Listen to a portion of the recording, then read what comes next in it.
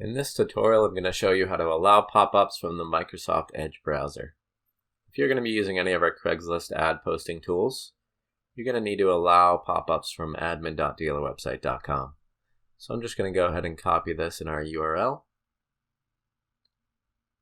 I'm going to go to the Microsoft Edge browser settings in the top right.